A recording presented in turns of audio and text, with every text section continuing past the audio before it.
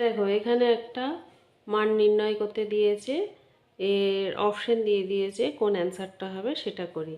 এখানে দেখো এটার হোল স্কোয়ার মাইনাস এটার হোল স্কোয়ার, আমি এটাকে এ আর এটাকে বি ধরে নিচ্ছি, তাহলে কী হচ্ছে এ স্কোয়ার মাইনাস বি স্কোয়ার। তাহলে এ স্কোয়ার মাইনাস বি স্কোয়ারের সূত্র কি এ প্লাস বি ইন্টু এ মাইনাস বি। তাহলে মানটা পুট করে দিলেই তো হয়ে যাবে। এর জায়গায় লিখবো হচ্ছে 8.26 এ প্লাস বি মানে 1.74, আর এ মাইনাস বি মানে 8.26 মাইনাস 1.74, আর বাই কি আছে 6.52, যা আছে লিখে দিলাম। ঠিক আছে, এটা যোগ বিয়োগ করি।